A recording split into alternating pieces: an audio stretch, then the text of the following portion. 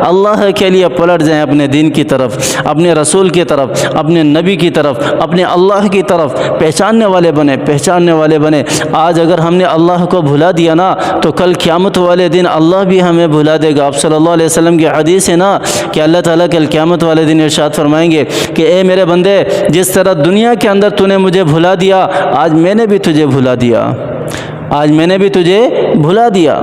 اور جب اللہ تعالیٰ قیامت والے دن ہمیں اس طرح کہیں گے تو کیا بنے گا میرا اور آپ کا اس وقت؟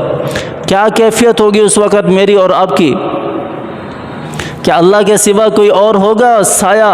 کسی اور کا سایہ ہوگا اس وقت؟ نہیں، صرف اللہ ہی کا سایہ ہوگا، اللہ کے سوا اور کسی کا سایہ نہیں ہوگا۔